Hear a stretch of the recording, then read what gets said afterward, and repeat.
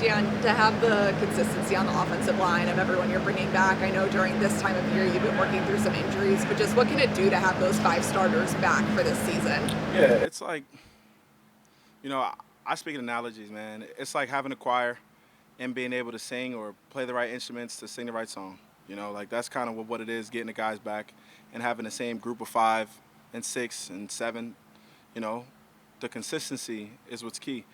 Like when you have an MVP quarterback that's comfortable in his pocket and knows exactly what his left tackle is going to do all the way to his right tackle and everything in between, I just think it's a comfortable feeling for a quarterback, and when it comes down to it, football is all about protecting and affecting the opposing quarterback, and if the quarterback goes to the line comfortable, it's pretty cool.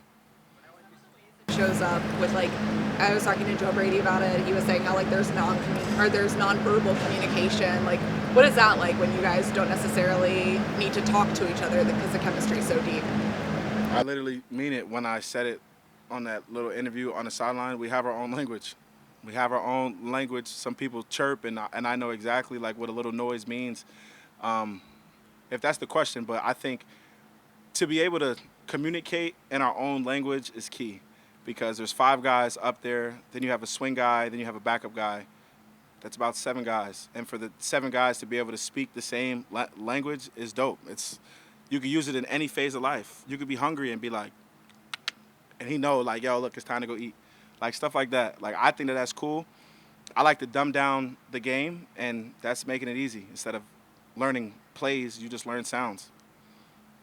One of the starters, one of the backup guys. How does his personality resonate with the rest of the group? Yeah, Alex a little bulldog, man. He's a little bulldog, and he brings a lot of energy and physicality. You never know what you're gonna get verbally, because he could say something crazy that might just turn everyone up of adrenaline, which is good.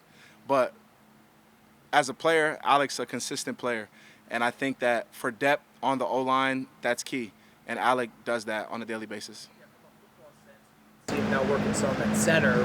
How have you seen him grow, not just being known as the guy who's, as Joe Brady said, an absolute psycho, but a guy who, from a ball standpoint, is so valuable across the line? Yeah, Alec.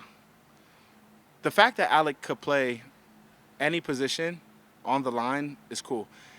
Tackle a little lower, but for him to be able to play left guard, center, and right guard, but extremely center, and be able to call calls and do everything and that's very valuable.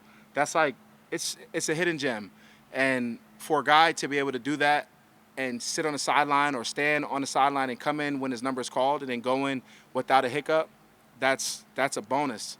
And Alec is just one of those guys that's a bonus, but Alec's a starter and the realm of life. He has what it takes, and I appreciate him and we love him. Yeah, Keon Coleman is a player who we talk about a lot. He's got big expectations, early pick, all of these things. Where have you seen the growth in a player like that from year 1 to year 2? I'm gonna tell you the truth. It's night and day. It is night and day.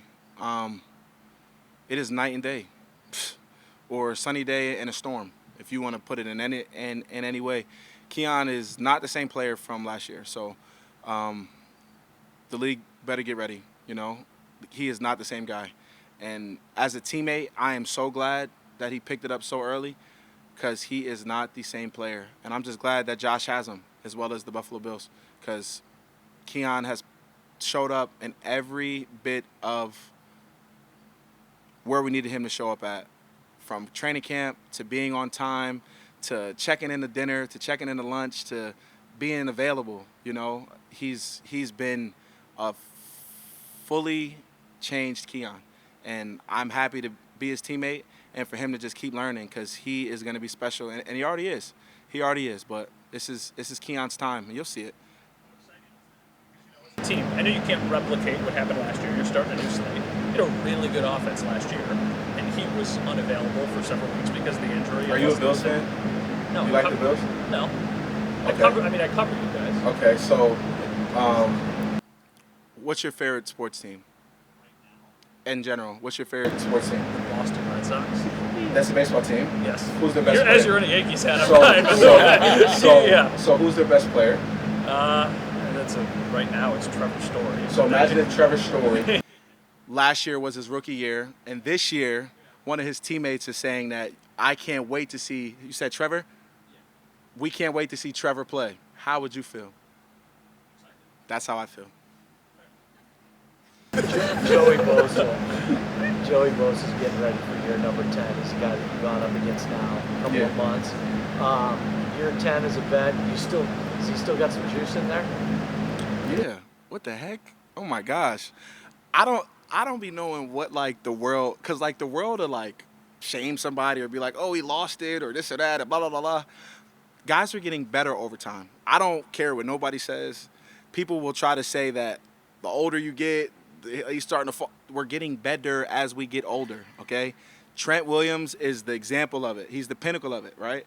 And everybody else falls underneath that. Joey is Joey. And Joey is another guy that I can't wait till he just continues to turn heads and be like, wow, Joey is Joey. Joey is Joey. And with a guy like that, but the only thing about having like a year 10, year 9, year 8, whatever it is, you just got to take care of your guys throughout practice, throughout the season, throughout days. Give them rest, because rest is recovery, and older guys might need a little rest, but when it's time to go, but they go. And I practice against Joey, and Joey shows up. And, you know, knock on wood, like I do a great job of protecting the quarterback. And Joey definitely, Joey just got passed, you know, and I definitely have my eye raised when I line up against him. And as an offensive lineman, for somebody to have that fear factor is a beautiful thing, and we have it. Who are some underrated guys on this team that you have your eye on right now? Say it again. Who are some underrated guys on this team that you have your eye on right now? Underrated? Underrated. Shoot, the whole Buffalo Bills team is underrated. Tell you the truth. I mean, except for Josh. Josh is the MVP. But I think the whole team is underrated. Truly. I think the whole team is underrated. We have a great team. What can that do for you guys mentality-wise? Underdog. You know, like we are like stuck in the underdog ways, but I love it, you know. Count us out, as they always do, or count us in. We're going to show up because that's what we're paid to do, and we love playing here. But, yeah, I would say that we're all a bunch of underdogs. Like, we don't have a bunch of first-round picks or guys that, you know, I don't even know. Like, guys that are, winning national championships every year. Like, we don't have that. We have a bunch of guys. That's what and McDermott likes. He likes guys like second, third, fourth, fifth rounders that become the guys. And I think that that's what we have here. Even first round. I'm not trying to make the first round seem not it, but like you understand, hopefully. Where do you feel you're underrated? What is your name? I've never met you. I work with Sal, WGR. I'm Paul Hamilton. Paul? Paul Hamilton. Pleasure to meet you, Paul. Nice to meet you. Yeah. Ask the question again. Where you were talking about everybody's underrated, so I figure, well, you know yourself better than anybody else. Where do you feel you're underrated? I think that's a good question. I think I think we're all underrated, right? Respectfully, right? I think that we're a bunch of good football players, and where we're at playing football might have a little bit to it. Like, we don't play in LA, we don't play in New York, we don't play in some of these big cities that you might get that, but you know, we're loved here. So I'm cool with that. I'm a live here for the rest of my life. If we're talking about me, like, I think that I've been doing a good job of putting light on linemen, and if that was my calling to play ball, you know, I'm doing it, and I'm happy with it. You know, as long as I have a quarterback that's upright and is clean at the end of a game, I'm cool, and I'm gonna keep just putting like one foot in front of another with the chip on my shoulder, and you know, play ball, because the mindset is I want to be a starter every year, right? I fight for a job every year, and I have that mindset. You know, like a lot of guys might think that I come in and just like be like, oh, I fight for it. Every year that we draft new guys, every year, but that there's new guys in the room, I know that my clock is ticking. And I play football as if my job is on the line. So that's where I see, you know, the underrated and overrated stuff, you know. underrated. We're all underrated, you know. Going back to that communication element of the offensive line coming back, you kind of touched how that affects the line, but how does that affect the offense as a whole? How does the offensive line coming back affect the offense as a whole? The communication element that you kind of touched on, just you guys all being.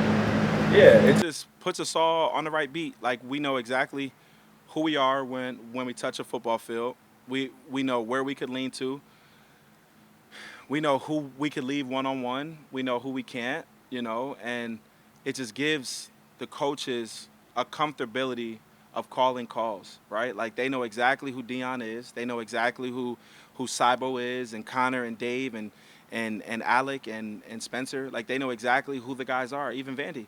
So like I think realistically it helps the coaches that are calling the calls be comfortable with calling a call. Like the coach is not gonna go in there and let, you know, like a third stringer try to do the exact same thing that I'm doing when I'm naturally just good and gifted at it. Like he knows, all right, cool. Like maybe like we might need a little chip here to help this guy, and then it all helps with the communication of gameplay. But that's all a part of ball, you know, learning who your guys are and learning what to call and when to call it.